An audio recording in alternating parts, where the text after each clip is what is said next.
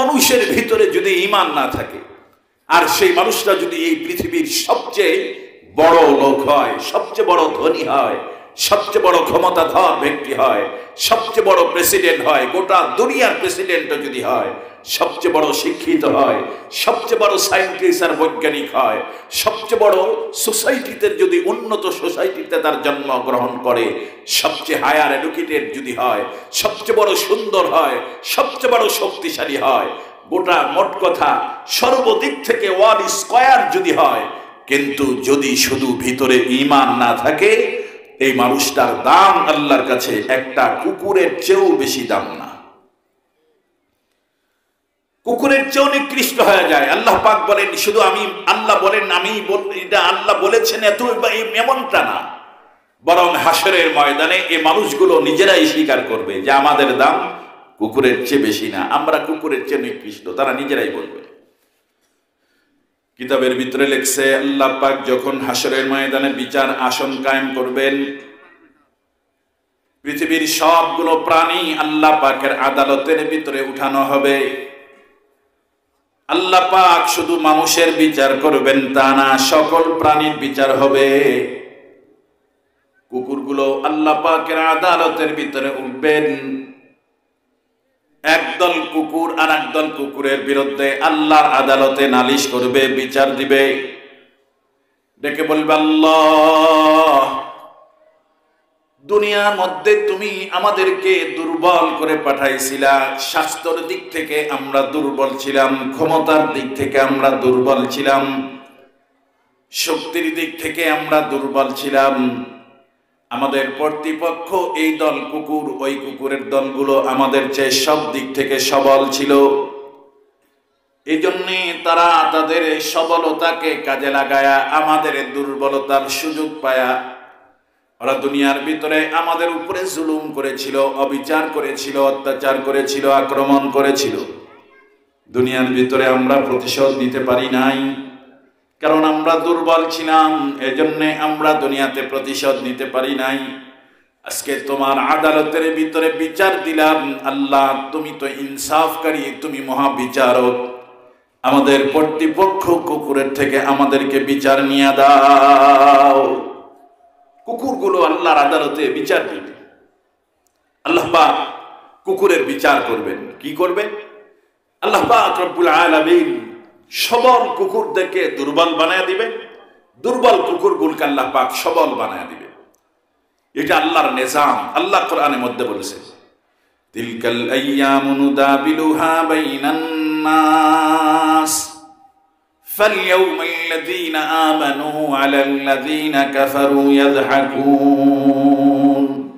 খুব ভালো করে মনে রাখবেন, পৃথিবীতে এখন যে অবস্থা আছে, হাসরের ময়দানটা পুরা অল্টারনেট হবে, পুরা উল্টে যাবে। দুনিয়াতে বর্তমান যে অবস্থা আছে, হাসরের ময়দানটা এই অবস্থার পুরা উল্টা হবে, পুরা উল্টা। আল্লাহ পাক বলেন, তিলকাল আইয়ামু নুদাবিলুহা বাইনান নাস ফালইয়াউমাল্লাযীনা আমানু আলাল্লাযীনা কাফারু ইয়াযহাকুন।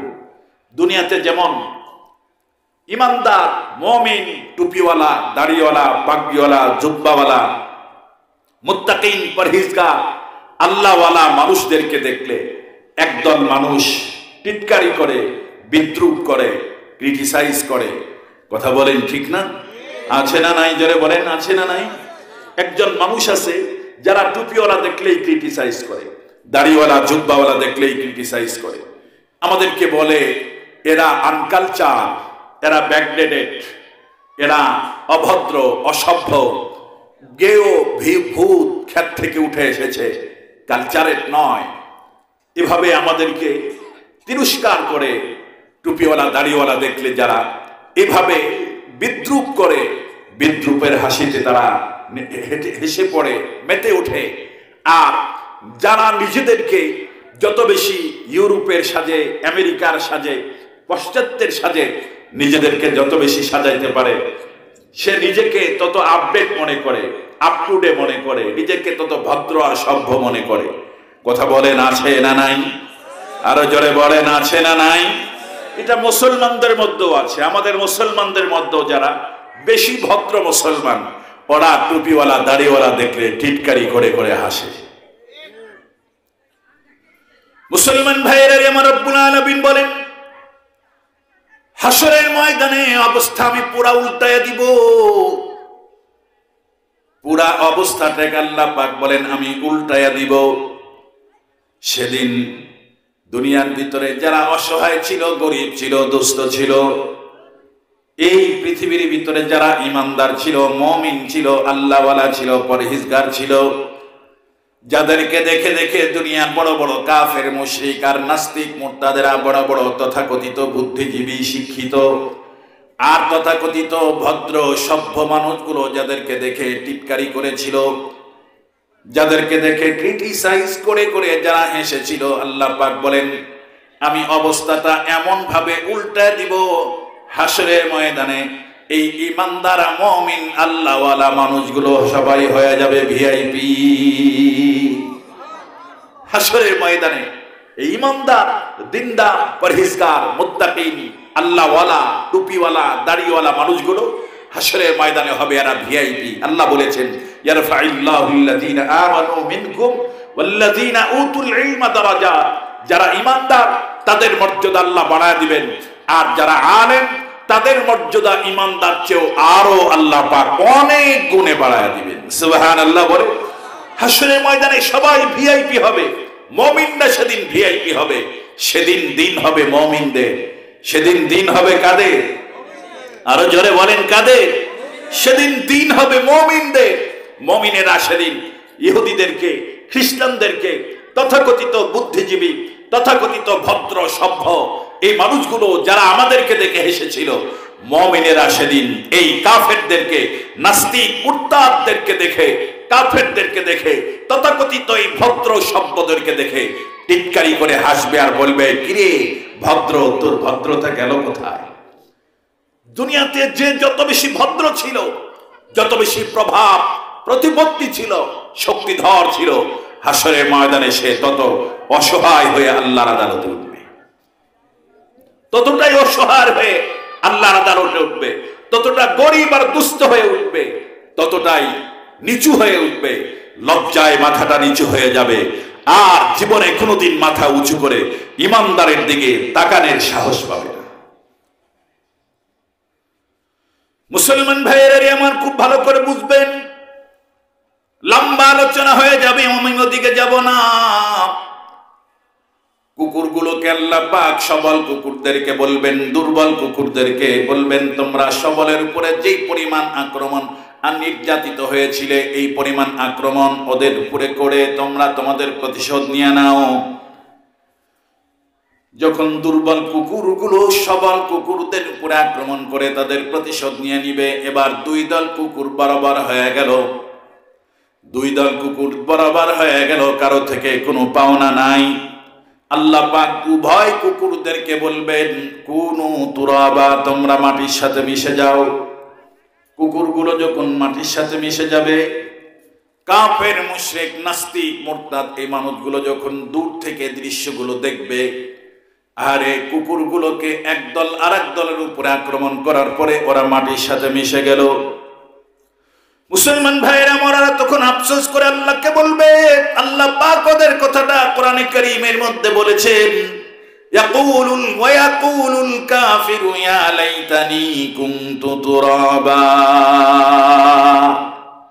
ওরা তখন বলবে আল্লাহ আফসোস, দুনিয়ার ভিতরে আমাকে যদি ফেরাউন না বানায়া কুকুর বানাইতা তাহলে আমিও মাটির সাথে মিশে যাইতাম। নমরুদ বলবে আল্লাহ দুনিয়ার ভিতরে আমাকে যদি নমরুদ না বানায়া কুকুর বানাইতা তাহলে আমিও মাটির সাথে মিশে যাইতাম। দুনিয়ার বড় বড় কাফের, মুসলিম আর নাস্তিক মুরতাদরা এই কথা বলবে আল্লাহ আমার চেয়ে কুকুর দামি, আমার চেয়ে শ্রীগাল দামি, কারণ ওরা তো মাটির সাথে মিশে গেল, ওদের জন্য তুমি জাহান্নাম বানাও নাই। কিন্তু রব্বুল আলামিন আমাকে জন্য তুমি তো জাহান্নাম বানিয়েছো, অনন্ত কালের জন্য আমাকে জাহান্নামের আগুনের ভিতরে জ্বলতে হবে। নিজেরাই স্বীকার করবে আমরা কুকুরের চেয়েও নিকৃষ্ট। মুসলমান ভাইরা আমার, ঈমান এমন দামি জিনিস, পক্ষান্তরে একজন মানুষের ভিতরে যদি ঈমান থাকে, আর এই লোকটা যদি দুনিয়ার ভিতরে সবচেয়ে বড় অসহায় হয়, সবচেয়ে গরিব হয়, সবচেয়ে দুস্থ হয়, এত গরিব যে তামাম পৃথিবীর ভিতরে তার এক চিলতি পরিমাণ মাটিও নাই, ঘর উঠানের মতো একটা জায়গাও নাই, একটা ঘর পর্যন্ত দুনিয়াতে সে বানায় নাই, এতটাই গরিব যে বিছানার মতো একটা বিছানাও নাই, পরার মতো একটা ভালো পোশাক পর্যন্ত তার নাই, খাবারের মতো এক মুষ্টি খাবার তারা জোগাড়ে থাকে না, জীবনে কোনোদিন ভালো এক মুষ্টি খাবার পর্যন্ত কোনোদিন খাইতে পারে নাই, অশিক্ষিত, মূর্খ, গোলামের বেটা গোলাম, স্বাস্থ্যের দিক থেকে একেবারে দুর্বল, চেহারার দিক থেকে একবারে বিশ্রী, কালো কুশ্রী, এমন একজন অসহায় দুস্থ কালো কুশ্রী মানুষ, অশিক্ষিত গোলামের ঘরের গোলাম যদি হয়, কিন্তু ভিতরে যদি ঈমানের মহাদৌলত যদি ভিতরে থাকে, ঈমানের মহাদৌলত যদি ভিতরে থাকে, তাহলে আল্লাহ পাক রব্বুল আলামিনের নিকট এই কালো কুৎসিত অসহায় দুস্থ মানুষটার দাম আল্লাহর নিকট এত বেশি হয়ে যায় যে এই নূরের তৈরি ফেরেশতাদের চেয়েও এই কালো কুৎসিত আল্লাহর গোলামের দাম শত শত গুণে বেড়ে যায়। মুসলমান ভাইরা আমার, আমি কয়েকটা হাদিস আপনাদের সামনে পড়ে বয়ান শেষ করে দিব। আল্লাহর পয়গম্বর বলেছেন, আমি মেরাজে গেলাম, মেরাজে যাওয়ার পরে আমি দেখলাম অনেক অসংখ্য ফেরেশতারা আল্লাহর কুদরতি কদমের মধ্যে সিজদার মধ্যে লুটে পড়ে আছে। দীর্ঘ সময় পর্যন্ত অপেক্ষা করার পর দেখলাম ওরা সিজদা থেকে মাথা উঠায় না। নবীজি বলেন, আমি জিব্রাইলকে জিজ্ঞেস করলাম, জিব্রাইল, এই মানুষগুলো, এই ফেরেশতাগুলো কতদিন পর্যন্ত সিজদায় পড়ে আছে, আর কতদিন পরে তারা সিজদা থেকে মাথা উঠাইবে? জিব্রাইল আমিন পয়গম্বর বলেন, জিবরিল আমিন আমাকে ডেকে বলে, পয়গম্বর, ওরা তো ওদের জন্মের পর থেকে এই সিজদার মধ্যে পড়ে আছে, আর কিয়ামতের আগ পর্যন্ত, ওদের মৃত্যুর আগ পর্যন্ত এক সিজদায় গোটা জিন্দেগি খতম করে দিবে। এক মিনিটের জন্য ওরা সিজদা থেকে মাথা উঠানোর মতো ক্ষমতা ওদের নাই। লক্ষ লক্ষ কোটি বছর যদি হায়াত ওরা পায়, এই 1 কোটি বছর হায়াত ওরা একটা সিজদার মধ্যে কাটায় দিবে। 1 মিনিটের জন্য ওরা সিজদা থেকে মাথা উঠাইতে পারবে না। এত লম্বা সিজদা যে ফেরেশতারা আল্লাহকে করে, কথাগুলো খুব ভালো করে বুঝবেন। এই যে লক্ষ লক্ষ বছর পর্যন্ত আল্লাহর কদমের মধ্যে সিজদায় কাটায় দিছে, নবীজি বলেন, লা ইউসাবু আলাই, এর বিনিময়ে আল্লাহ পাক রব্বুল আলামিন ফেরেশতাদের আমলনামার ভিতরে একটা নেকিও লিখবেন না। তাদের এই লম্বা কোনো সিজদার মূল্য আল্লাহর কাছে নাই। ওদের সিজদার বিনিময়ে আল্লাহ পাক জান্নাতের ভিতরে একটা বাড়িও দিবেন না, ওদের জন্য জান্নাতের একটা জায়গাও বরাদ্দ নাই, ওদের জন্য জান্নাতের একটা ফল পর্যন্ত ঘোষণা করা হয় নাই। মুসলমান বন্ধুরা আমার, খুব ভালো করে বুঝবেন, পক্ষান্তরে একজন ঈমানদার, একজন মুমিন, নারী হোক আর পুরুষ হোক, একজন মুমিন যদি রব্বুল আলামিনকে একটা মাত্র সিজদা করে, মুমিনের সিজদার কত দাম খুব ভালো করে বুঝবেন।